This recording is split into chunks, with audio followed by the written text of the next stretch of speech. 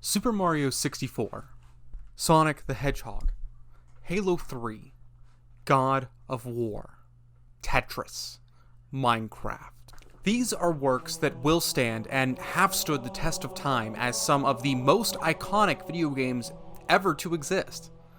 Not all of these are exactly the best games ever made, and some of them have been objectively destroyed by newcomers or later entries in their own series. And yet, each of these are some of the most widely known and instantly recognizable video games of all time. Why is that, you ask? Because each of these have incredibly strong identity. Take a look at the last Call of Duty game. Can you honestly tell me the distinction between this and Call of Duty Modern Warfare 3? Oh, that's interesting, because this isn't even the latest Call of Duty, and this isn't Modern Warfare 3, so come on now, stop playing with me. Don't get me wrong. Distinct visuals aren't what I mean by identity, and there are definite differences in Call of Duty games' levels of identity. Modern Warfare 2 and Black Ops are constantly lauded as the creative peak of the franchise and definitely have their own identity. So what exactly do I mean? Let's back up and take a larger scope view for a second. Thousands of games are released each year. However, somehow this onslaught of entertainment isn't mistaken as a homogeneous pile of pixels. Instead, through a combination of gameplay, graphics, sound design, writing, and purpose, these games distinguish themselves from one another. The identity of a game is perhaps best understood as the central elements that truly distinguish it. Look at art. This is a Salvador Dali, and this is a Van Gogh. They're insanely different, and yet these are both technically paintings of a landscape. The elements that are unique, that's identity. I feel like franchises often struggle with identity.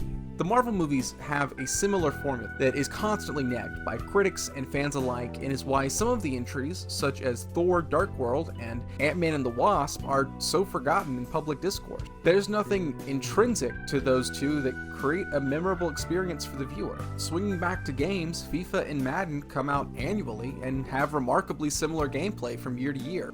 Certain elements are balanced differently and game modes are tweaked or omitted, but each game feels like this year's title, as opposed to a specific entry. People don't go back and play Madden 08 as opposed to Madden 21 since there's no real compelling reason to.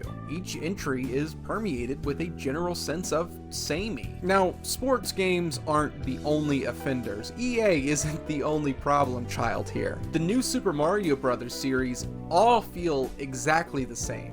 I think that there's different power-ups depending on the game, but honestly, if I watched a side-by-side, the only one I'd be able to guess correctly is the one on the DS, and that's because of the graphics. But while I'm dunking on franchises, it's important to remember that not all franchise games are that indistinguishable. Each of the 3D Mario games have their own individual presence that is easily discernible. 64 focuses purely on movement, and the super jagged and polygonal models take backseat as the player is encouraged to get creative with how they roam around the world. Sunshine, on the other hand, lets movement be a lot less important, instead cramming hundreds of different ideas for levels so that each mission feels distinct from the next, and puts all exploration in the confines of a resort theme. Water is such an important part of this game, with FLUDD making each platforming stunt that much more, well, fluid. Then Galaxy comes in with spectacle as its driving force. The game is much more linear, but the set pieces are these planetoids floating through space that you can run around and jump off of and onto. The music is this beautifully orchestrated score, and the new character is one of the most memorable in the Mario universe.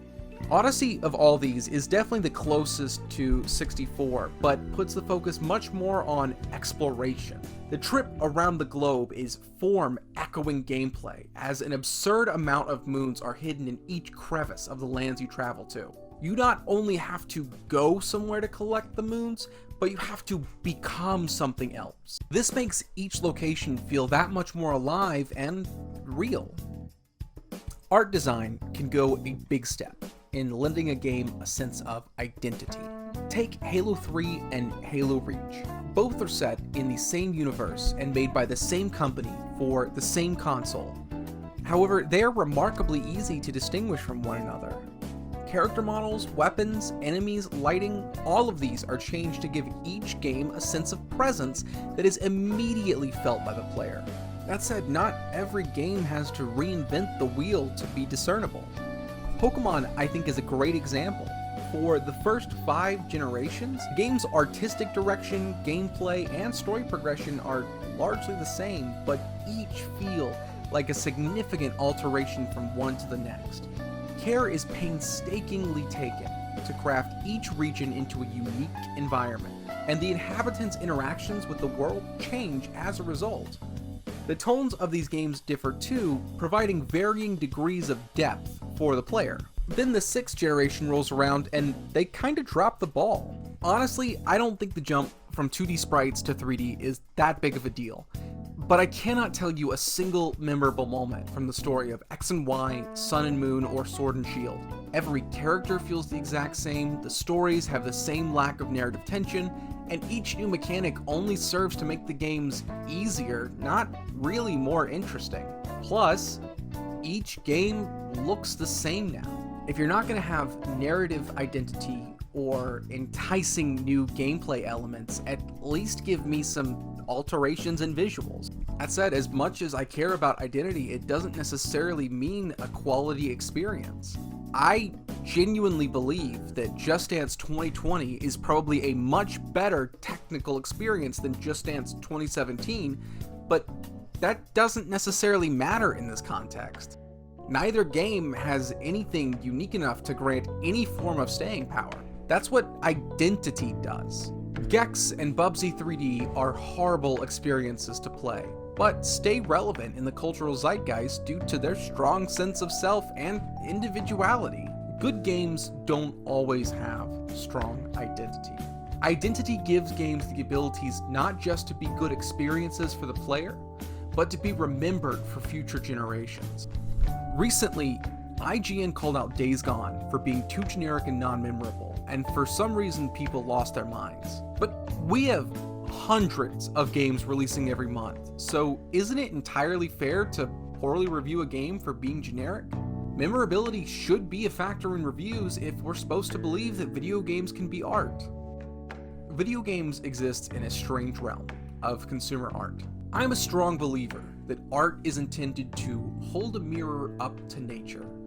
Yet the complete escapism of some games creates a reality that is undeniably disjointed from our own and in no way mirrors it. Maybe one could argue that something like Super Mario Sunshine is a commentary on man's desire to escape the physical constraints of our form, and that by attaching FLUDD to enhance our experience, we use technology to conquer nature. But honestly, even I'm getting bored listening to myself talk about that. Art has never been so incomparably interactive, meaning the experience provided has new factors that we have to take into account in order to appreciate it. So I want to put forward that identity is one of those factors. It's not the only one by far, but it helps us appreciate the difference between Madden 2017 and Ocarina of Time. We still don't know how video games are art, but we do recognize it when we see it. In the words of Project Pat, real recognize real. We see games with strong identity and we know it. And 20 years from now, it's not the cutting edge graphics, nor precise aiming reticles, nor perfect enemy AI that we remember. It's the identity. I hope you all enjoyed this video. It's one I've been looking forward to making for quite a while. It probably took me a while, and I apologize for that. I was really excited when I had the idea, and I wanted to do this right. So hopefully everything worked out. I'm already apologizing to myself in the future for having to edit this. Oh, it's gonna be rough. But I think I'm happy with it. So if you did like this, please be sure to leave a like down below. If you have anything that maybe I forgot or didn't go over, please let me know in the comments section down below. And like we always say here on the channel, I hope to see you around sometime.